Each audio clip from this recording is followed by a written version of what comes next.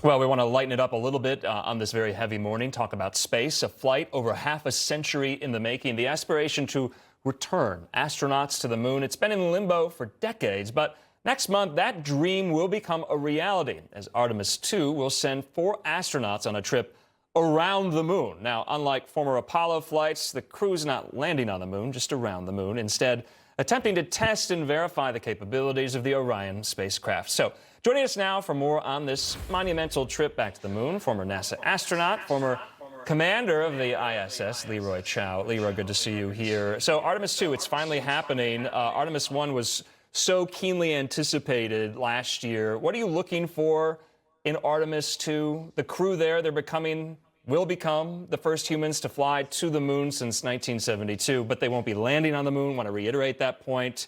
They're still making, though, a large sweeping loop around it. Why that? Why is that the second phase of Artemis? Why is that important?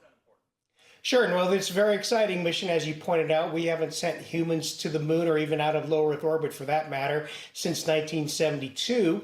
And this program, in one form or another, was started in 2004. So it's been, 21 years, 22 years in the making. And now we're finally going to launch the first astronauts of this program into space. They are going to go farther than any humans have ever gone before, as you described. Their loop around the moon, they're not going to circularize in orbit like Apollo 8 did. They're just going to make that one loop around and then come back to Earth. But it's an important mission to test out the systems of the Orion, shake out any quirks in the rocket and the vehicle. Like I said, as you pointed out, Artemis 1 flew almost 2.5 years ago, but some issues that it discovered are hopefully been fixed. Those will be confirmed.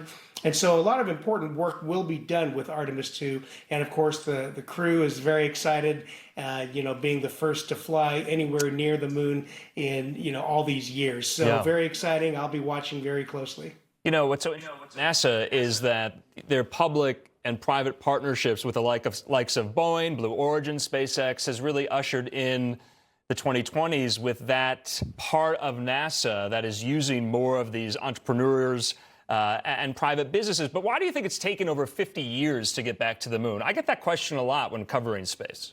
Well, there are a lot of reasons, and a big reason is money. Of course, during the Apollo era, that was seen as existential, that we had to get to the moon before the Soviets. And so at its peak, the Apollo program was taking 5% of the U.S. budget.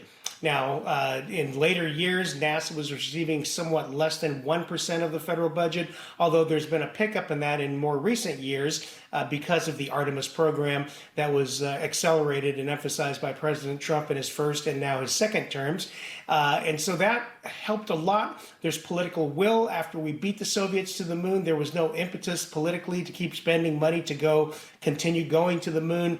But now, we're looking at possibly competing with China to get astronauts to the moon. And, we want to get back first before they get there the first time. All right, Leroy, just lastly and briefly here, does this get off the ground next month or will it be delayed? Are you optimistic or pessimistic? I'm optimistic. I mean, NASA is a cautious agency, and now they have already said they are setting the launch date no earlier than February 6th. And so for them to come out and say that, the rocket is stacked, pretty much stacked. It's going to be moved out to the launch pad very soon. And so I'm confident it's going to go on time. Leroy Chiao, as always, thanks so much for being with us, and we hope you have a happy new year. We're going to be watching Artemis 2 alongside you, I'm sure. Thanks. Thank you.